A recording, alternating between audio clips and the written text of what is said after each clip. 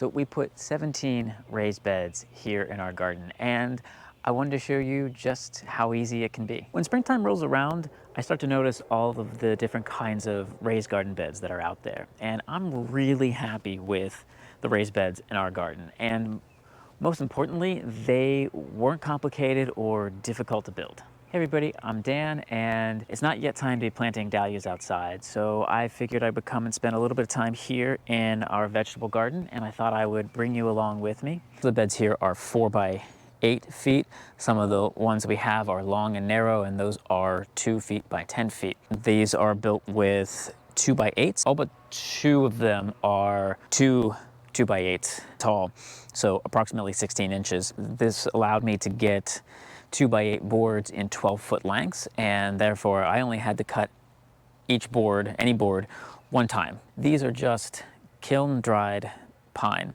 and there's a couple of reasons for that. Typically, when we think about putting in raised garden beds, the go-to material is cedar. When we moved in here, first of all, this was just lawn, and then we wanted to have a garden for that first year, but it was 2021, and getting building materials of any kind was a challenge. So I went with essentially what they had in stock. And in fact, I wasn't even going to go with this 2 by 8 stacked 2 by 8s. I think that was what they could get me. That was in budget and in stock. I've had experience with using pine for the garden beds.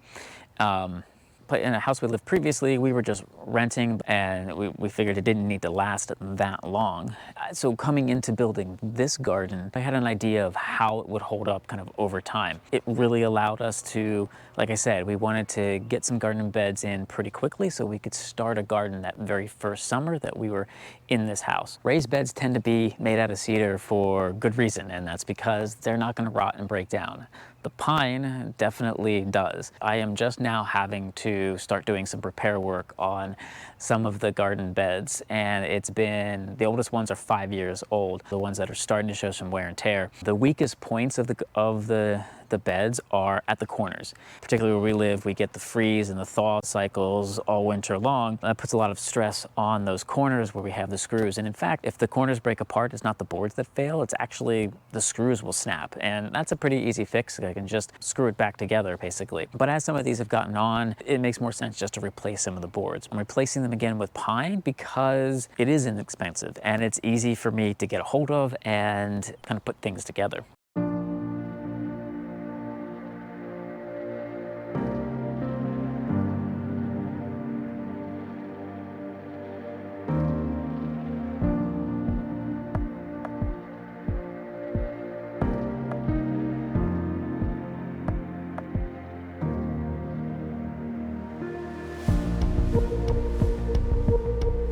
When I put together the raised beds, I did use some 2x4 to put into the corners to give the screws more material to bite into. And now that I'm going back as I'm repairing some of these beds, I'm still taking the same approach, but I have some scrap cedar, which is left over from our projects of building the little ponds that we have, both in our vegetable garden, and we have another pond out in the front of the house. So I'll use that scrap cedar because it's going to last longer, and I'll put that in the corners of the garden bed. There's one thing that I probably wouldn't do again if I was building these beds is putting sticks and twigs and things in the bottom of the bed before I put the dirt on it. They don't really break down very well, and I think too with the freeze and thaw cycles that happen with these beds, I think some of that wood starts to work its way upward, and I end up like snagging on it when I'm trying to dig into the soil.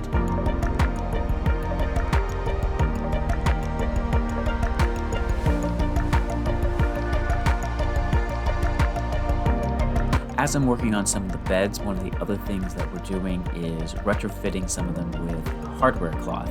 We're trying to prevent the voles that we have in our garden from being able to burrow underground and come up through the raised beds. So what I'm doing is I'm taking out some of the soil, basically trying to dig down about a half to maybe 2/3 of the raised bed, and then laying in hardware cloth so that it goes up and down the sides as well, then backfilling that with the dirt so that the hardware cloth is completely buried. And it just needs to be far enough down that you're not going to hit the hardware cloth when you're trying to plant in. You don't have to worry about roots because the roots of whatever you're growing will be able to grow down through the hardware cloth. Of course, if you're growing something like carrots, you just got to be careful that the hardware cloth is far enough down that the carrots aren't going to run into it when they're growing. So that's just another little spring project that I'm working on as I'm in here kind of inspecting the beds and getting things ready for a new season of vegetable gardening. So yeah, that's what the garden is looking like. Got a little bit of kind of spring work to do here before things really get going. Yeah, by the time we get the vegetable garden all set up and ready to go, hopefully then it'll be time for planting out my dahlias, which I'm really looking forward to this year. So thank you very much for watching. I hope you found this video helpful. Maybe you'll give raised beds a try. You know, I think they are not difficult or complicated to put together or maintain. I think it can be a pretty fun, easy project. So until next time, happy gardening.